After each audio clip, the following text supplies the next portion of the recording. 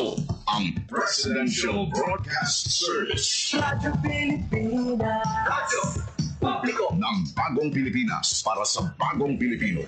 Naghahatid ng mahahalagang balita at impormasyon na guugnay ng pamahalaan sa sambayanan. Tulay sa himpapawid ng serbisyo publiko. Radyo Pilipinas. Radyo Publiko. Ang boses ng Pangulo sa Iloilo. Radyo Pilipinas. 585 AM. Oras Radyo Pilipinas, alas 4:09 sa hapon. Gikan sa hulog balitaan sa PBS, Radyo Pilipinas, Iloilo. Gintipon sa buos na pwersa sa News and Public Affairs Division. Mga pagsaysay sa mga hitabo o aksyon, mga pananawan, kang desisyon, mga hibubunod sa apektuhan na sektor, mga danagpong nga balita, diri sa Iloilo, at mga bahin sa Kabisayan nagkatungdan. Mga balita na natipon sa sulod sa nagligad ng 24 oras. Inyo mapatian sa Headliners Boss. Kagkaroon, yari ang inyong PBS UC.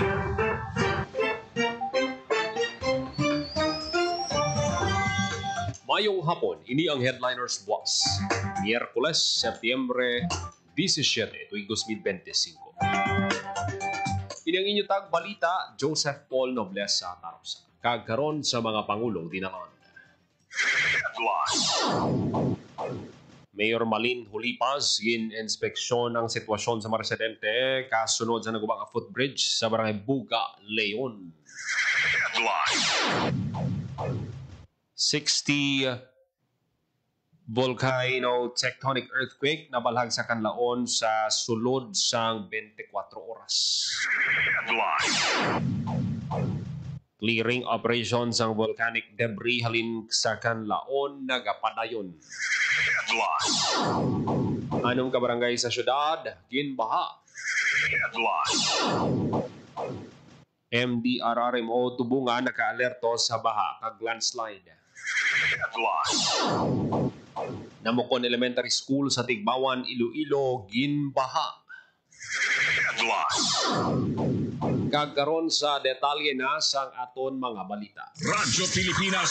Radyo Pilipinas News. Kamusta ni Mayor Malin Hulipas ang mga residente nga naapektuhan sa parang pag-ulan sa Barangay Buga, Leon, Iloilo. Pila sa mga residente ang nagkalaguba ang Ilabalay matapos matibhag ang duta nga ginatindugan sang Ilabalay sa pagbisita sang alkalde sa barangay. Gin-inspeksyon man niya ang footbridge sa dinggimutangan anay sang temporaryo nga taytay gud magamit sang mga residente.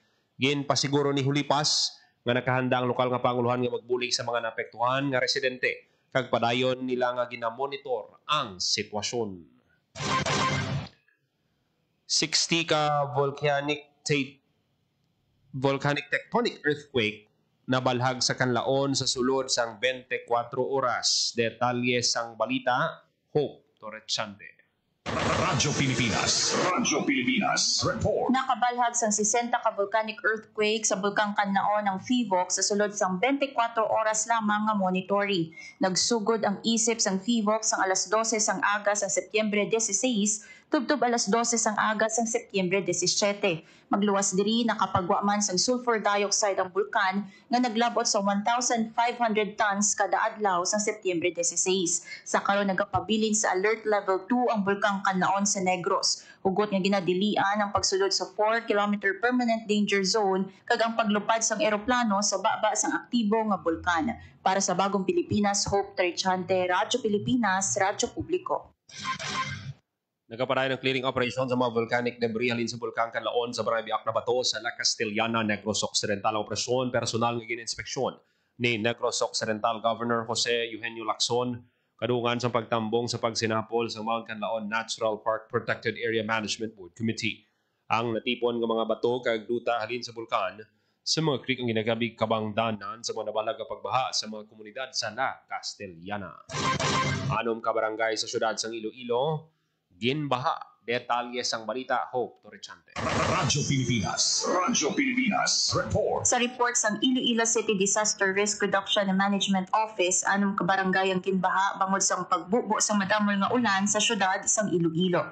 Lakip sa mga ginbaha among Oñate de Leon sa atubang sang Happy Homes padulong sa St. Peter, TAF North Zone 1 to 4 kag PHHC Block 17 to Block 28 Phase 1 sa distrito sang Mandurriao. Samtang sa distrito naman sang Haro ginbaha ang kalubihan, Desamparados kag Balantang. Para sa Bagong Pilipinas, Hope Trechante, Radyo Pilipinas, Radyo Publiko. Naka-alerto ang MDRRMO Tubungan sa baha kag landslide nga posible madulot sang malain nga tiyempo. Suno kay MDRRMO Tubungan Head Zoilo Gargaritano, 24/7 nga nagabantay ang talatapan para makaresponde gilayon sa mga insidente sa barangay. Sang damlag lang, isa ka landslide ang nagluntad sa barangay Lanag Norte sa dinatipag ang lupa sa tubang sa eskwelahan kag natanubunan ang drainage. Matapos ang baha, nagpatigay ng MDRRMO Tubungan sang clearing operations. Padayon man ang assessment o kung padayon man ang masangkat ng information dissemination sang MDRRMO sa mga barangay para masigurong regular nga inspeksyon kag pagpaninlo sang mga drainage.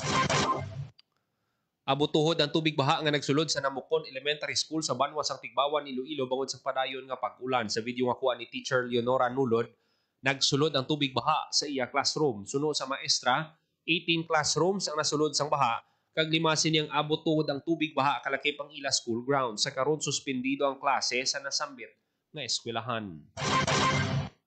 Nagpatigayon sang clearing operation ng Municipal Disaster Risk Reduction and Management Office ang Tigbawan matapos nga minatumba nga puno sa dalan sang sitio Bulokawi, Barangay Bagakay, Tigbawan, Iloilo.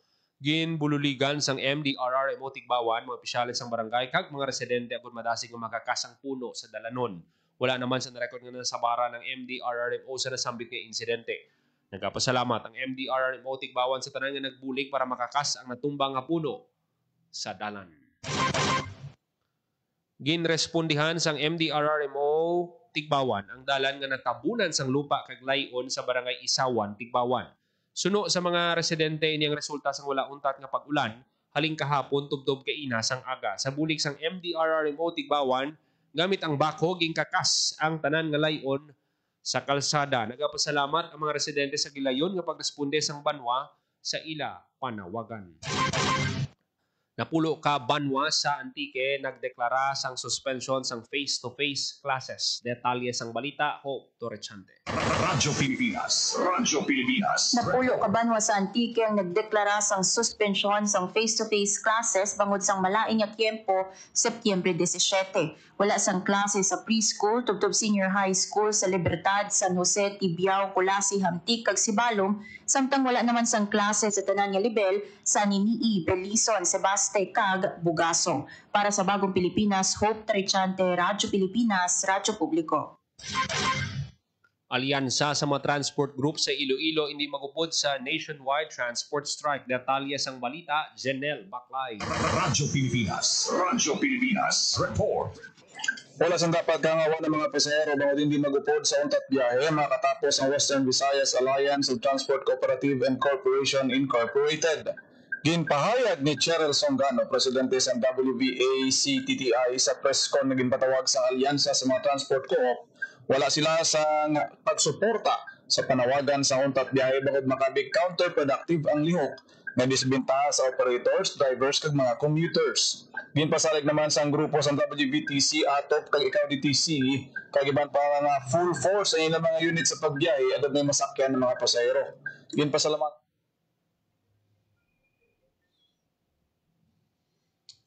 Radyo Pilipinas. Radyo Pilipinas. Report. naman ni ICTT Mo Chief Federico Garbanzo sa mga transport co-op sa ila pag sa mga pasahero.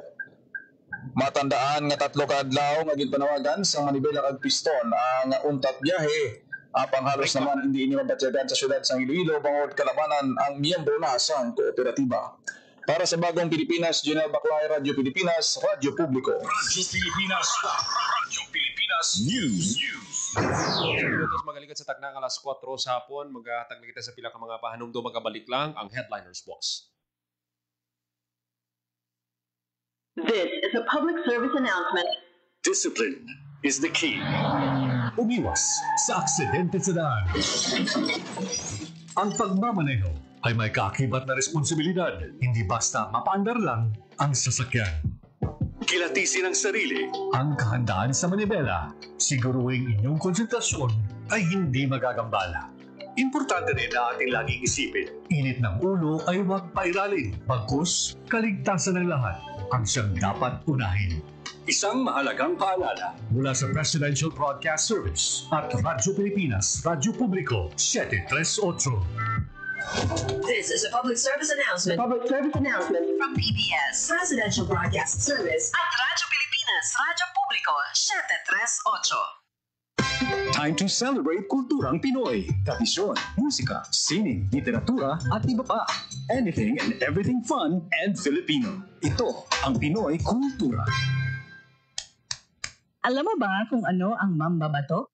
Think about the tap, tap, tap of the bamboo stick on a thorn to draw a symbol on someone's arm. This is the traditional Kalinga art of tattooing, performed and kept alive by traditional tattoo artist Wangod Ogay, also known as Maria Ogay from Buscalan, Tinglayan, Kalinga. Wikipedia says Wangod is the Philippines' oldest mambabato at 105 years old now. Sarah Barnes honors Wangod in My Modern Metro, telling Wangod's story as an apprentice at 15. Breaking the norm, learning the mambabatok tradition that used to be taught only to men. The art began with the indigenous Butbut warriors, headhunters, who got tattoos with special meaning, usually after a kill. But for women, the art portrayed standards of beauty. Wangod recalls her friends covering her arms and legs with tattoos she still wears proudly. She mixes her ink from pine soot and water and has hand-tapped tattoos on bodies of people from all over the world. Wangod inks a design that carries symbolic meanings specific to the mambabatok culture. Thousands come to make the long journey to get inked by Wangod. Discovery Channel featured her and her art in 2007 on Tattoo Hunter, bringing Kalinga art to a global audience. The National Commission for Culture and the Arts honored her with the prestigious Dangal ng Haraya Award in 2018. She was also nominated for the National Living Treasures Award. Yan. Pilipinas. Radyo Pilipinas News. Radyo Pilipinas. Radyo Pilipinas News. Palikita sa aton nga pagpangalagad mga mangunguma sang palay sa Antique nakabakal sang benteng bigas. Detalye sang balita Hope Torrechante. Radyo Pilipinas. Radyo Pilipinas Report. Radyo Pilipinas. Radyo Pilipinas Report. Radyo Pilipinas. Radyo Pilipinas Report. Nakabakal sa benteng bigas o kon 20 pesos kada kilo nga bugas sa NFA San Jose ang mga mangunguma sang palay sa Antique. Suno kay Sunny Guangco, Agricultural Program Coordinating Officer sa Antique, ang mga kwalipikado nga benepisyaryo amo ang mga mangunguma sang palay kag nagatrabaho sa bukid nga rehistado sa Registry System for Basic Sectors in Agriculture. Lakip diri ang RSBSA registered nga mga mangunguma sang palay nga may ginauma nga duta nga may sukat nga 2 ka hektarya panubo kag RSBSA registered nga mga nagatrabaho sa bukid. Ang kada benepisyaryo sarang makabakal sang 10 ka kilo nga bugas. Para maka-avail dapat magdala sang RSBSA ID, QR code, kay iban pa nga mga valid ID nga gina-issue sang gobyerno. Para sa Bagong Pilipinas, Hope Torrechante, Radyo Pilipinas, Radyo Publiko. Ginlunsar sa Macabito Irrigators Association Incorporated ang Palay Buying and Rice Trading Program matapos nga nagbaton sa 300,000 pesos nga kapital gikan sa National Irrigation Administration. Ang asosasyon gikan sa Bita Norte Oton ang isa sa 5 ka Irrigators Association nga napilian nga magpatuman sa programa. Pinaagi sa programa sang NIA, ang asosasyon mahimo na magbakal sa mga bagong ani nga palay halin sa mga mangunguma o kon miyembro sini bilang panibago nga income generating opportunity. Naibaluan nga sa karon ang market price ng palay ara sa 13 pesos kada kilo apang ang Macabito IA magabakal sang palay sa masobra 13 pesos and 50 centavos kada kilo. Magluwas sa pagtuon sa mga pasilidad pang irigasyon ng NIA padayon sa pagbulig pataas ang kita sa mga mangunguma kon mapahagan-hagan ang kapigaduhon. Nanginma dinalagon ang ginbuksan nga kadiwa ng Pangulo sa Bago City, Negros Occidental sa Setyembre 16. Ang sakadlaw nga aktibidad nagatipon sa masobra 109,000 pesos nga kita. Ang kadiwa ng Pangulo sa bago ginpasukupan sa 31 ka lokal nga mangunguma kag magagmay nga negosyante nga nagpasundayag sa ilang mga preskang nga ani kag produkto. Ang mataas nga kita isa ka pamatuod sa mabakod nga suporta sa publiko sa mga lokal nga produkto. Ginapanginbulahan sa Department of Agrarian Reform Western Visayas ang kadalagan sa 2 ka Agrarian Reform Beneficiary Organizations sa Riyon sa Gawad Agrario 2025. Search for the most outstanding women and men ARBs and most progressive ARBOs ARCs. Kiningadlan nga most progressive ARBO ang Agsirab Multipurpose Cooperative sang kapi sa medium category kag gintapigan tapagin ang Agrarian Reform Cooperatives ng Iloilo sa small category. Sunod sa Dar Western Visayas, duha ka kooperatiba nagkatagsang dugog sa riyon kag nagserbi nga pamatud sa kung paano nagbag-o ang agrarian reform sector pinay sa pagbinuligay sa mga arbo kag gobyerno. Ang pagkilala ginbaton sa mga tiglawas ng duha ka organisasyon kag personal nga gindaho ni Presidente Ferdinand Marcos Jr. kag Dar Secretary Conrado Estrella sa awarding ceremony sa Metro Manila sa nagligad na semana. May mga pahanumdom ang isa ka student leader kag scholar sa mga kasubong nga estudyante.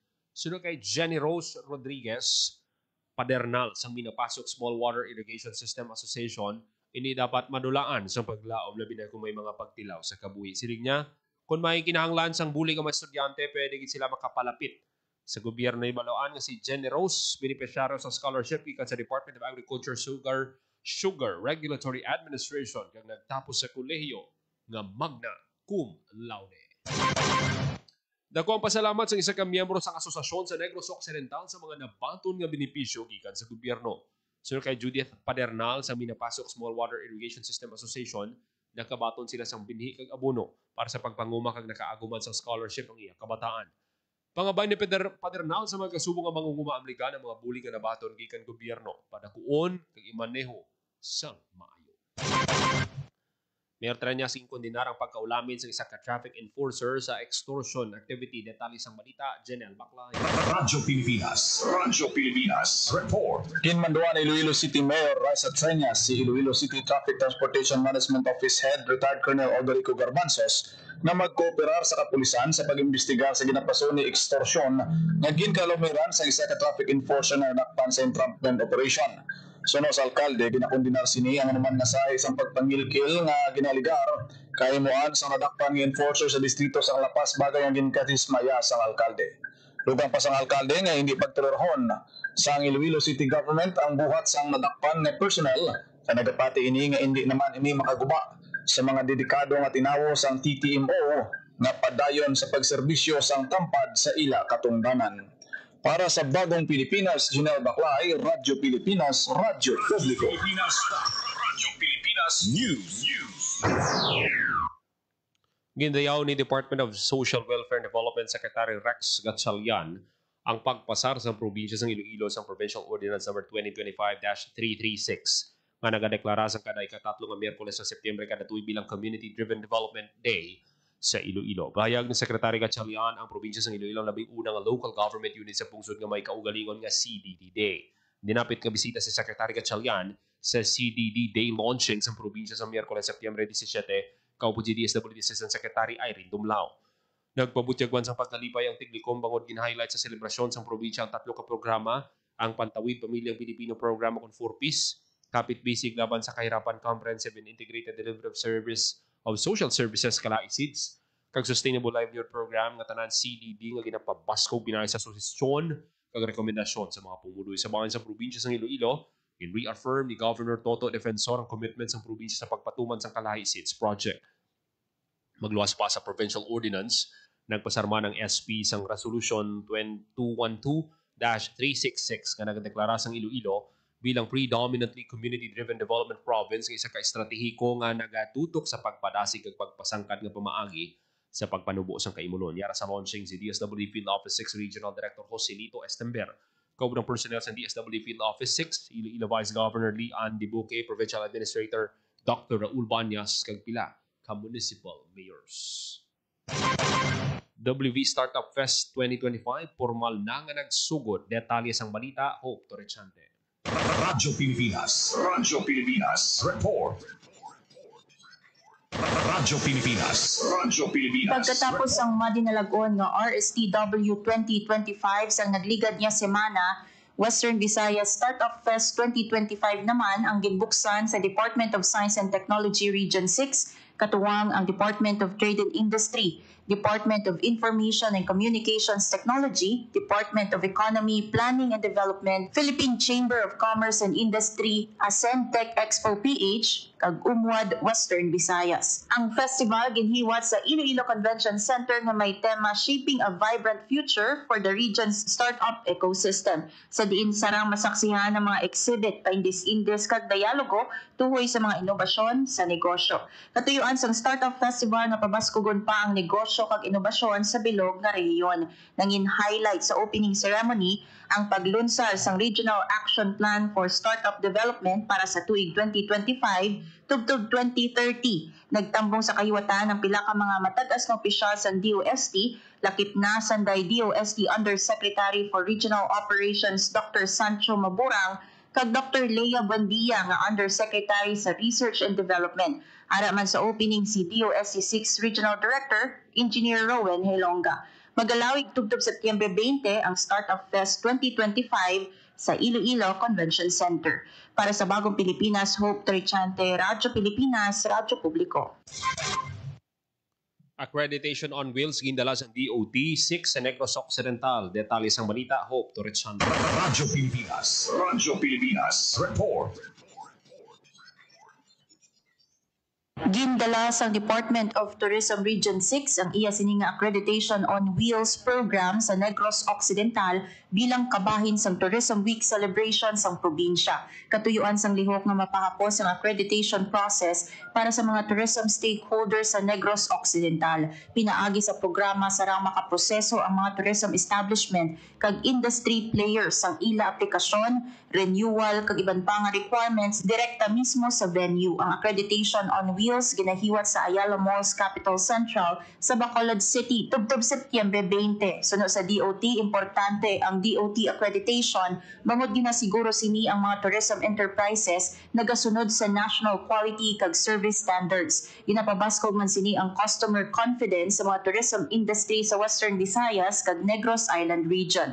Sakop sang programa ang mga primary tourism establishments kaangay sang hotels, resorts, tourist inns, pension houses, travel and tour agencies, tour operators, transport services, MICE facilities kag tour guides, kag secondary tourism establishments kaangay naman sang restaurants, agritourism farms, souvenir and pasalubong centers, spas, wellness facilities, theme parks, kag iban pa nga tourism-related enterprises. Para sa Bagong Pilipinas, Hope Trichante, Radyo Pilipinas, Radyo Publiko. Nagpapanahog sang Executive Order No. 084 Series of 2025, si Iloilo City Mayor Raisa Trenyas nga nagatukod sa Iloilo City Infrastructure Coordination Committee. Tuyuan sini nga mapasiguro nga may koordinasyon na tanan nga proyekto nga ginahimo sa syudad sang Iloilo, nasyonal man o kung lokal agon mangin klaro maayong plano kag wala sang pag-usik sang pondo. Ang EO magapasiguro nga organisado ang mga proyekto, transparent kag accountable ang mga ahensya sa pagpatuman sang proyekto, santo sa plano, budget kag fund source. Maghatag man ini proteksyon sa mga pumuloy kag palibot sa di mayara sang hiwaton nga mga konsultasyon antes magumpisa ang trabaho. Komitiba ang pamunuan sang alkalde, co-chairpersons naman ng regional directors ng DPWH kag DNR, kag mga miyembro sang CEO, Legal Office, TTMO, City Planning, City Architect, City Enro, kag OBO. Mas mabaskog nga kampanya kontra panigarilyo ginlunsar sang Barotac Viejo, LGU. Detalye sang balita, Hope Torrechante. Radyo Pilipinas. Radyo Pilipinas. Report. Radyo Pilipinas. Radyo Pilipinas. Agod mapabaskog ang tobacco control sa Barotac Viejo, ginlunsar sang lokal nga panguluhan ang mas ligon nga Barotacnon kontra sigarilyo, isa ka anti-smoking policy making initiative sang banwa. Nagapati si Barotac Viejo Mayor Nilo Tupas na sa pagbinuligay sang pribado kag pampubliko nga sektor mapangapina ng komunidad kontra sa mga peligro dala sang sigarilyo kag malabot ang mas maayo kag healthy nga Barotac Viejo. Ang launching gintampungan sa mga opisyales, health advocates kag community partners. Katuwang sang LGU ang Provincial Health Office, Transcend Western Visayas kag Governor Neil D. Tupa Senior District Hospital nga Hall of Famer sa Department of Health Red Orchid kag Tobacco Control Leadership Award na maamyendahan ang ordinansa sa tobacco control sa lugar kag pananglit matigayod. Nagpasalig ang LGU nga ipatuman ng mga smoke-free policies pinaagi sa husto nga law enforcement kag community-based education campaigns. Para sa Bagong Pilipinas, Hope Trichante, Radyo Pilipinas, Radyo Publiko. Ginimutig sang F. Gorea Construction Incorporated ang pagkadahalahig sa ilang kumpanya sa kontrobersya may kang tanan sa mga proyekto sa Western Visayas Medical Center. Sa opisyal nga pahayag sang kumpanyang firm, wala na kay-intra kung nakapartisipar sa anuman nga hindi husto kakasugtanan may kang tanan sa mga proyekto sa WVMC. Ang mga naglabtang istorya wala sa kamaturan kang makaguba sa ila reputasyon. Mabasko nga ginapanginwala sang firm ang mga alegasyon kay nagapabiling nga komitido nga proteksyonan ang integridad sa ilang kampanya batok sa mga luwig maguba sang ila reputasyon. Radyo Pilipinas. Radyo Pilipinas News. Samtang sa ibang panaton nga balita, Radyo Pilipinas. Radyo Pilipinas News. Dadivas nagpagwas ang EO nga nagamando sang koordinasyon, clearances kay inspection sa mga proyekto sa DPWH sa Rojas City. Detalye sang balita, Hope Torrechante. Radyo Pilipinas. Radyo Pilipinas. Sa nagapadayon nga mainit nga investigasyon sa mga kapalpakan sa mga infrastructure projects sa pungsod sa Rojas City, Capiz, ginmando na ang koordinasyon, pagsumiter sang plano sang proyekto, pagkuha sang building permits kag zoning clearances, kag inspeksyon sa tanan nga proyekto nga ginapatuman sang Department of Public Works and Highways. Ang executive order ginpapanaog ni Mayor Ronnie Dadivas agon siguraduhon ang transparency kag accountability sa mga proyekto sa syudad. Nakabutang sa EO sang alkalde nga ang DPWH kinahanglan man nga regular nga magsumite sang status o progress report sa mga ginapatuman nga proyekto agud masiguro nga nakaangay sa husto nga standard ang mga ini. Para sa Bagong Pilipinas, Hope Trichante, Radyo Pilipinas, Radyo Publiko. mga pumuloy sa Limudyan nagpaindis-indis sa pagraras ang kararaw. Detalye sang balita, Hope Torrechante. Radyo Pilipinas. Radyo Pilipinas. Nagpaindis-indis ang anong kapartisipante sa pagraras ang kararaw nga kabahin sang pahampang sang Banwa sang Alimudyan para sa ila kapistahan. Suno sa LEDIP office sang Banwa, katuyuan sang aktibidad nga ipakita ang kinaadman, abilidad kag maid-id nga proseso sa paghimo sang kararaw. Ginlantaw sa paindis-indis ang kalimpyo kag kalidad sang produkto. Nagdaog sa kompetisyon si Maylene Bantonores sang Barangay Bagsakan. Nagpangadua naman si Sylvie Andicoy sang Dalid, kag sa ikatlong nga pwesto amo si Herminia Gansha sang Barangay Piandaan Norte. Para sa Bagong Pilipinas, Hope Trichante, Radyo Pilipinas, Radyo Publiko. Oras sa Radyo Pilipinas, alas 4:36 sa hapon. Kagabi ito manatipon nga balita sa PBS Radyo Pilipinas Iloilo News Team. Miyerkules Setyembre 17, 2025. Para sa Bagong Pilipinas, Joseph Paul Noblesa, Tarosa, Radyo Pilipinas, Radyo Publiko. Ang inyong tulay sa himpapawid ng serbisyo publiko, ang Presidential Broadcast Service, Radyo Pilipinas, Radyo Publiko. Radyo Pilipinas. Radyo Publiko.